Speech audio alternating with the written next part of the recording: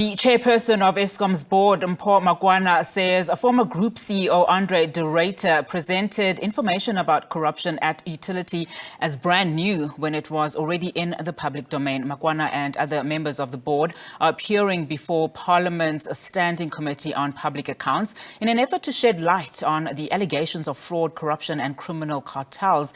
Now let's get analysis. We're now joined via Zoom by Wayne Duvenage, is the CEO of the organization Undoing Tax Abuse. Is a registered non-profit civil action organization. Thank you so much for your time this afternoon, Wayne.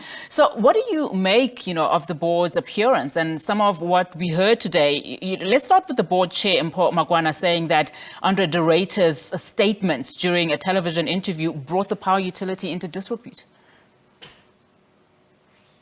Well, I think what we're sensing in this whole process is that there's too much blame, too much of a blame game and shifting of the responsibilities here. Our view as civil society is there is an issue. Whether de Ruyter's gone about it the right way or the best way or whatever, what we need to see is a board that is serious about getting to the bottom of what's going on. And there is information, there's intelligence, and everybody's looking at everybody else. Did you get the report on time? Shouldn't the police be doing this? So nobody's really taking this matter as seriously as it should be. There are issues, and we know that they're dealing with a number of them, and they have made some arrests and so on. But what we're not getting is a sense that the board is, and in fact, the board seems to be interfering a little bit too much, questioning whether de Ruyter had the authority to go and introduce forensic investigations as the accounting officer, as the executives in charge of running that organization. They have every authority to introduce all investigations that they wanted to get to the bottom of corruption and deep-seated corruption and at whatever form and wherever it's happening in the organization.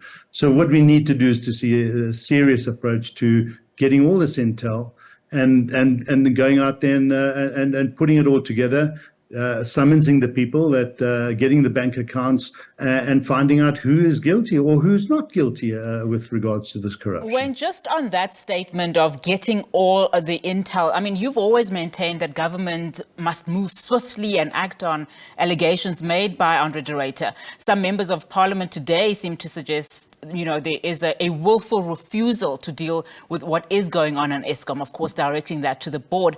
But let's look at how, de Ruyter has handled this. I mean, we heard from the Hawks just yesterday that he only reported of suspected crime at the utility to the Hawks on the eve of his appearance before SCOPA almost 2 weeks ago. And of course, you mentioned that people shouldn't be fixated about the reports, but it's not only the board that wants to know, or wants at least de Ruyter to reveal, those identities of the minister and the officials that he was talking about. So it would seem that both parties are not playing ball here.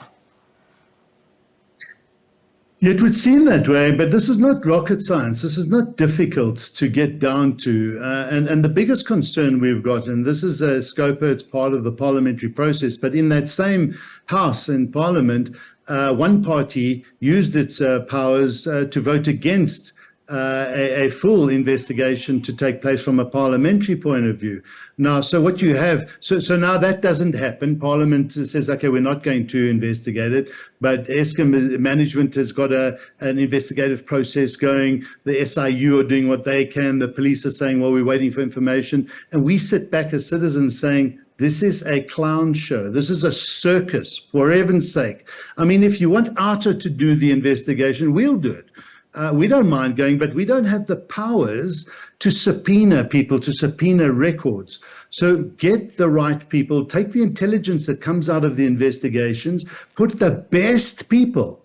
And this is what the board should be telling Eskom, to the executives, to do. Put the best people into investigating this, working with the police, with SIU and the authorities, and together get a collaborative, constructive team to get to the bottom of this. Here we sit, months and months later, still tossing this can around the room and blaming each other. We are not serious. Our message to the board of Eskom: you are not serious. You're not serious, and neither is the ruling party, in getting down to the bottom of what's going on here and tackling it. You wouldn't be handling it in the way that you are.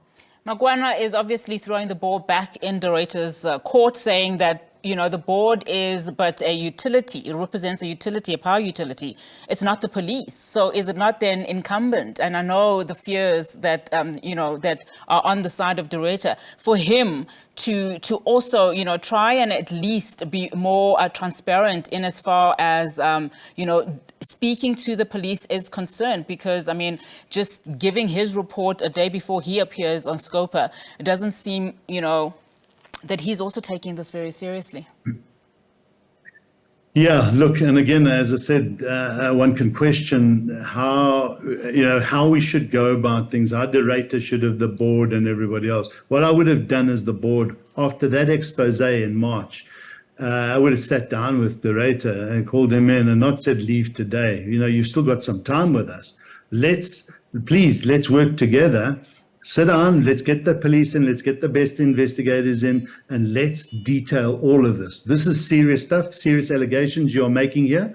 But instead they say, well, you're bringing our organization into disrepute, so off you go. That's not how you do that. And I don't care whether they say, oh, but that's not how companies handle it. This is Eskom.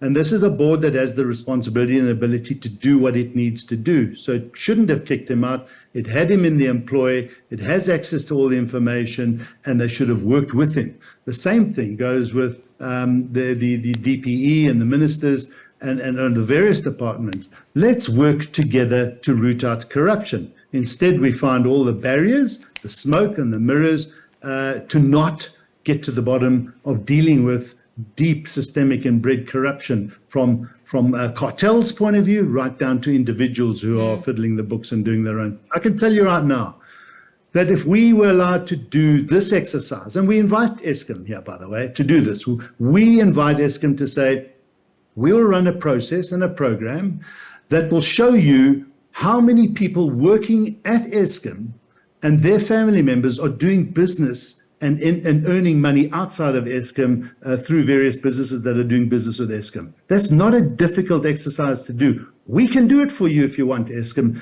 and that will start the process of exposing how deep this corruption is. But if you don't want to do that work, if you don't want to accept invitations like that, then you are complicit. You're part of the problem. They won't go down that road because I think they know what we'll find.